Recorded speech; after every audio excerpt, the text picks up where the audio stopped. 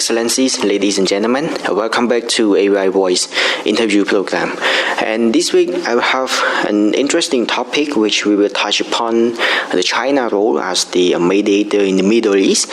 And we are having Professor Joseph Matthew, who is a senior professor at the Belty International University, and he will be discuss with me on the mentioned topic. So, greeting, Professor, and welcome to AY Voice interview program. Thank you for inviting me, and it's an honor to be here again.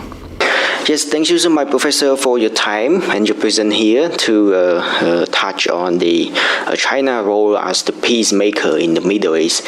So without further delay, I'll start our discussion.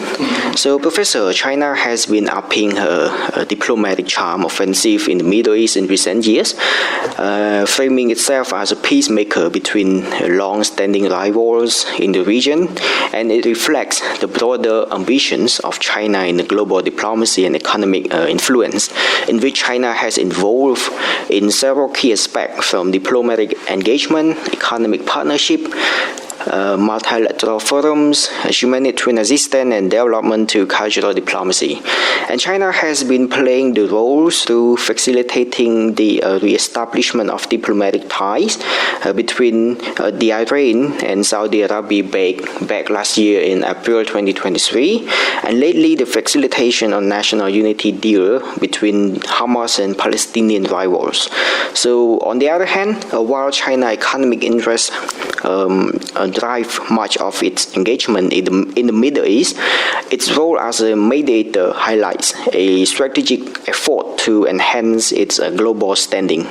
Through fostering dialogue, promoting development, and facilitating cooperation, China seeks to be seen as an important player in the quest for peace and stability in the region marked by the prolonged conflict. And however, the effectiveness and long-term implication of this role remain to be seen. So, Professor, once again, China's growing involvement as a peacemaker in the Middle East represents a significant shift in its foreign policy approach and has raised several questions and discussions regarding the role in conflict mediation. So, first of all, why is China interested in becoming a peacemaker, or we can say the mediator in the conflict in the Middle East, and what are the intentions that China has put forth in this approach? Thank you very much for your quite lengthy comments on the questions.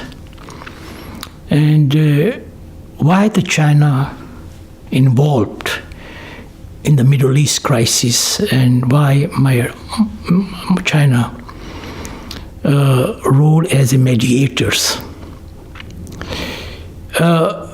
There are three main reasons of this of China involvement in the Middle East crisis. One is geographical location of China and the Middle East. Second is the economic reason, and third is the social. You must know that the Middle East is a part of Asia. China is in Asia. Middle East is actually geographically is a backyard of China. Why I'm saying that? Because China geographically connected with 14 countries.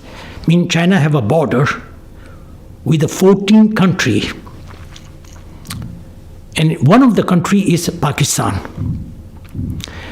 Pakistan is not only connected in the north with China, but in the west is connected with the Iran.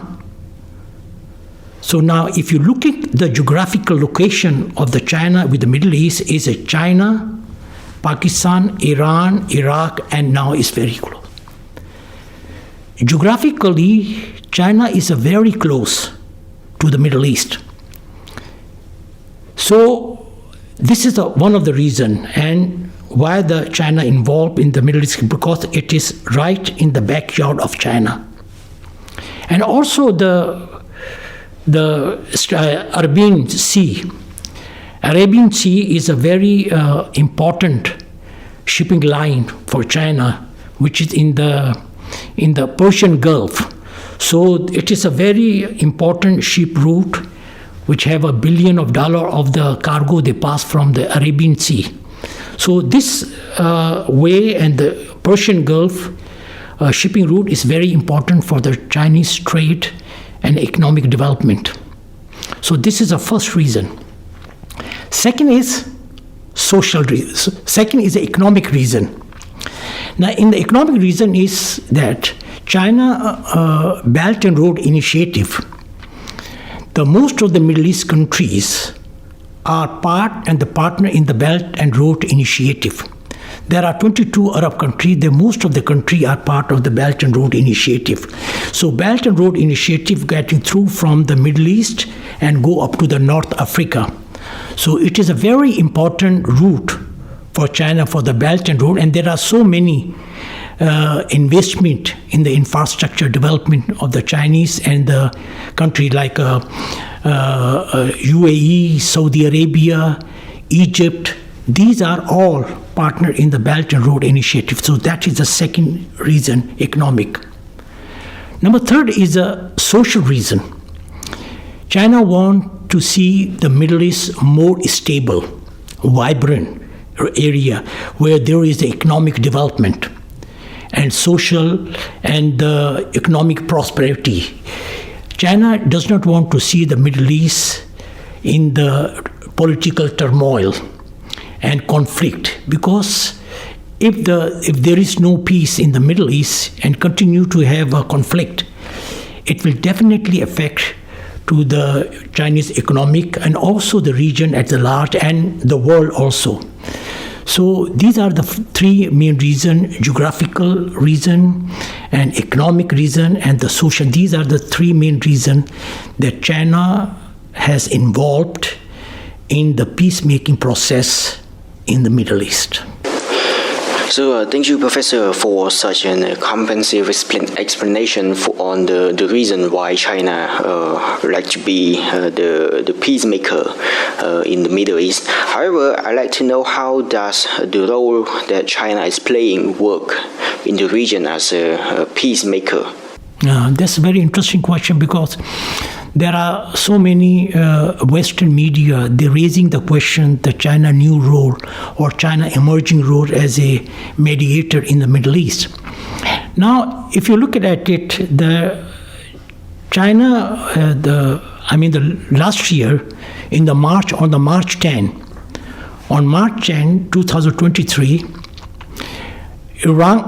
China meditated between two countries, Iran and Saudi Arabia. So China bring these two countries reconcile and bring the reconciliation between these two countries last year in March 10. Now these two countries was fall out and they were not talking. They have a conflict for last 8 years. So 8 years they did not have any diplomatic ties. They did not have, and the tension was high between these two rivals, because these two countries are the sort of like a big economic power in the Middle East, Iran and Saudi Arabia. So they are very big economic power in the Middle East. So having a conflict between these two powers is completely destabilizing the whole Middle East. So China step in and bring the reconciliation and brought these two countries to agree on the point, and then they signed the reconciliation agreement, and then they restored the diplomatic tie after 8 years. So that was the biggest breakthrough for China in the Middle East, and that actually created sort of like an awareness in the whole Middle East and the Arab world that China have resources, China have an ability to bring the peace or reconcile the different country or different faction who are fighting with each other. So this reconciliation between the Iran and Saudi Arabia had given the big boost of confidence and trust in the China ability to negotiate or work as a mediators. So when the 7th October, when the Hamas attack on the Israel and the war started in Gaza, so all the Arab country was looking towards China to act as a mediator and come up with some idea for the ceasefire. So all the Arab country delegation, they went to China, they spoke to the China, and China was that time agree to help them to negotiate this. But if you look at the Palestinian problem, they do not have only problem with the Israel, but they have their own internal issues. So there are two parts of the Palestine. One is Gaza, and the second is West Bank.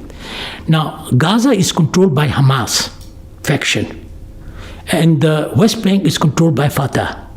Now, you look at this, one country, two factions are controlling. Apart from these two big factions, there was another small faction. They are fighting. So, Palestinian, there wasn't any unity government in the Palestine. So that is the biggest. They have an internal problem. They're fighting with each other, and the outside that they don't know whom they will talk if they have to negotiate with the Palestine, whom they will talk, because there are 14 factions and they're fighting with each other. So when the China step in as a mediator, so first he thought that first they have to reconcile this all, different faction on the one platform under the one leadership. So they have a unanimous stand on any issue if they want to discuss with other party. So the China, they invited all the 14 faction in July 21 to 23 in Beijing, and they allowed them to discuss this thing, and they were agree on the point that but in the Gaza post-war, they will be having a government of the national reconciliation. They will be having a government of that unite all the faction of the Palestinian, and they have a unity government in the post-Gaza war. So after that, this all 14 faction, they sign, and they have that signing agreement is called the Beijing Declaration. In the Beijing Declaration, all the 14, they are agree on the point that in the post-Gaza war scenario, they will having the unity government of the national unity, both on the West Bank and the Gaza. So it looks like it is a very moderate achievement, but it's a first step and very significant. And this step will go in the long way. It will go in the long way in creating the independent Palestinian state in the future. This is my view about it, because this is a very important step. Because from the last 60 years, these many countries, they were intervened in this matter and trying to make them to negotiate and reconcile and come together on the one platform, but they were completely failed. So the China succeed where the other country failed. So this is a very important and very significant step, the first step toward the creation of the independent Palestinian state in the future. Yes, it's quite interesting for China to achieve such a big achievement in the Middle East. How China worked to compromise the conflict and the life war to be united again. So on the other hand, we are aware that China approach to the Middle East is characterized by caution, neutrality, and efforts to distinguish its foreign policy from that of the United States. So from your observation, Professor, how does China approach differ from her rival powers towards the policy in the Middle East, particularly on the political, economic, and the development aspects? Yeah, actually, the China role is very significant now, because China is emerging political, economic power in the second biggest economy in the world, And the most important is that China have earned the trust and the confidence of the almost all Middle Eastern countries. So that will be take them to in the future will take them as a probably negotiating and paving the way for the independent Palestine. Now, the other country, Western country and other country, why they were not able to achieve this thing is because they do not have a trust. China have a policy of the coexist and non-interference. This is the most important and the cornerstone of the China, foreign policy. So the China believe that for the negotiation and for the settlement, the conflict, there should not be any precondition for that. And only the dialogues, through the dialogue and through the political settlement is only the way that you can achieve the peace. So I believe the China will be effective leader in the Middle East. I see the unforeseeable futures. So what I believe the China role will be in the future will be defined not as a peacemaker but peace guarantor. He will become the peace guarantor in the Middle East. China will be guaranteeing the peace in the Middle East.